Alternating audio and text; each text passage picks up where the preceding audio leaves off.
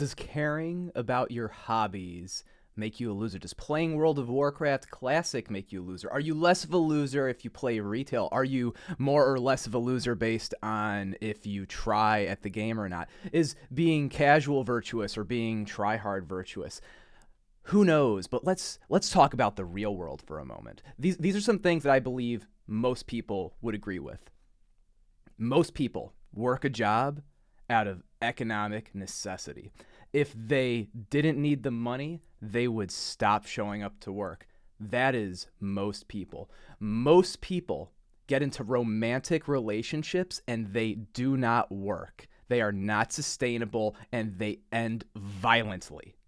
Most people, inarguable. Both these things, they're inarguable. They're truths. They're truths with data. Anecdotally, I'm sure you have this experience also with seeing people in your life. Hopefully it's not you. Maybe it is you. Most people, they also don't have a job that provides them any meaning. They have a job where their function has been atomized.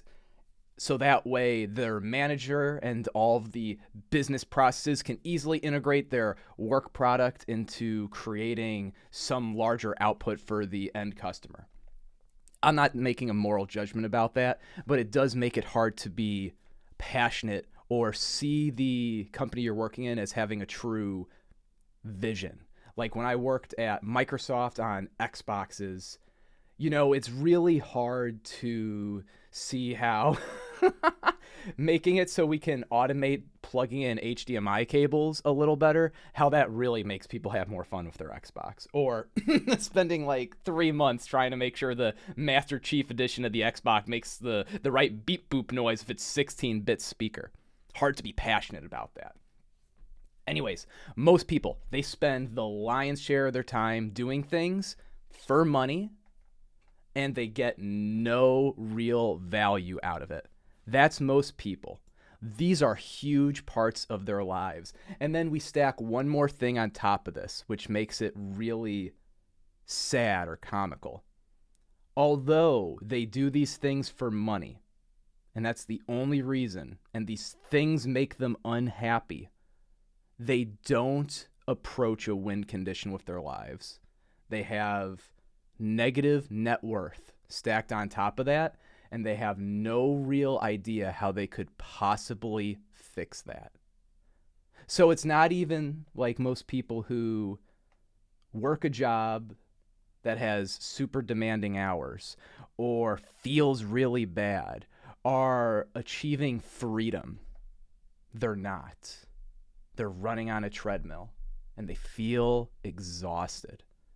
And this is how people live their entire lives. And you can, regardless of how much money you make, you can re-architect your life at any time. So that way you can start building wealth. And you could fix so many problems in your life.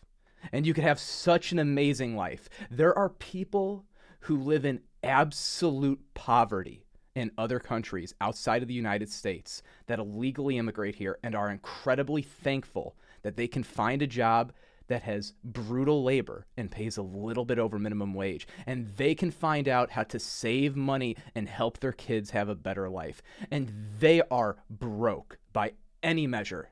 They're in poverty. And they get more meaning out of their work. And they get more wealth out of their work too. And they are successful.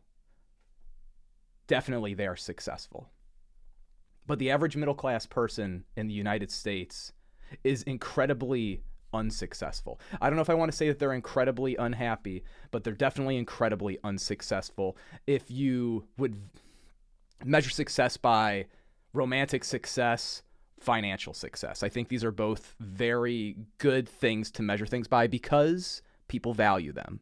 People obviously value financial success. You give up 40 out of like 168 hours a week doing something for money. You can't tell me you don't care about financial success. Everyone cares about it. And romantic success, I mean, we're built to fucking reproduce. Come on. Like, people care about that too. And like children also.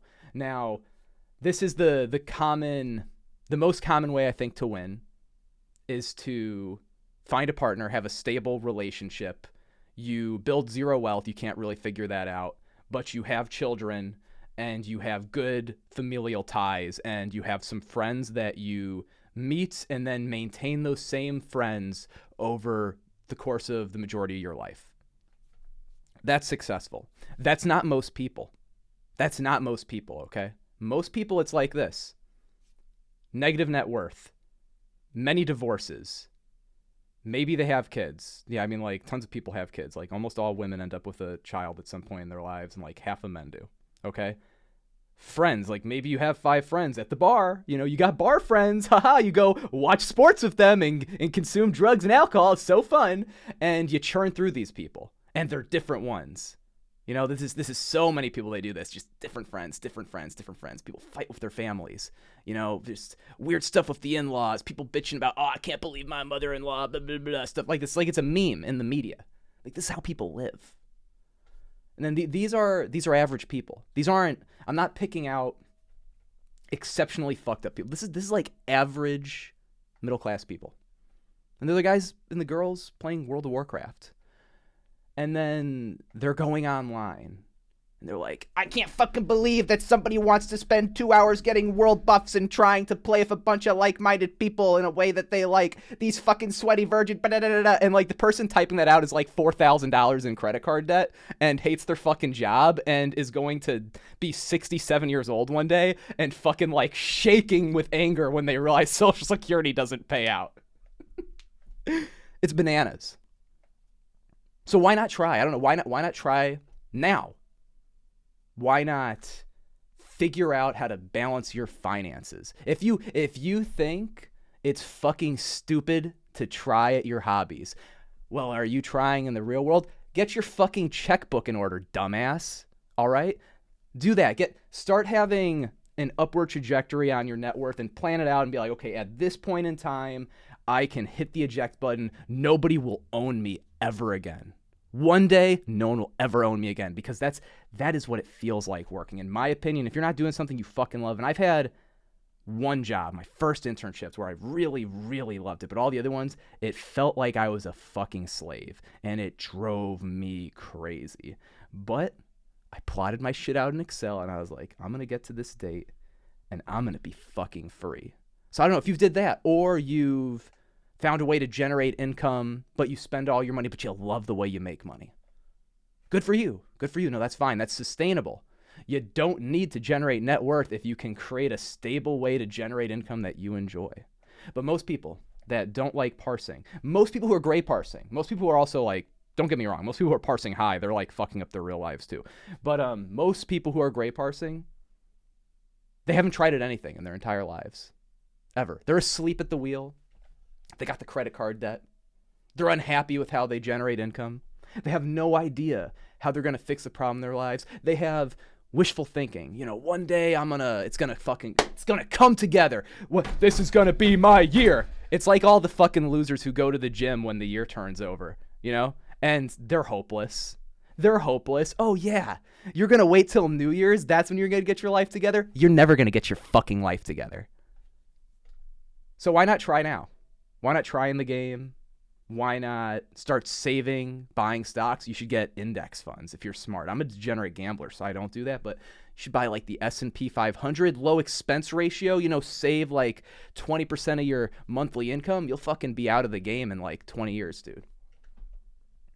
Or you can go on Reddit. You know, you can deal with your average one divorce, probably never like your mother-in-law. Fucking keep on charging things on those credit cards. Probably you won't lose your house. It kind of depends on how you have the debt structured in the state you live in. And, you know, maybe in the afterlife or the next life, then you can get your shit together. But the losers, they're the ones who are trying at the video game.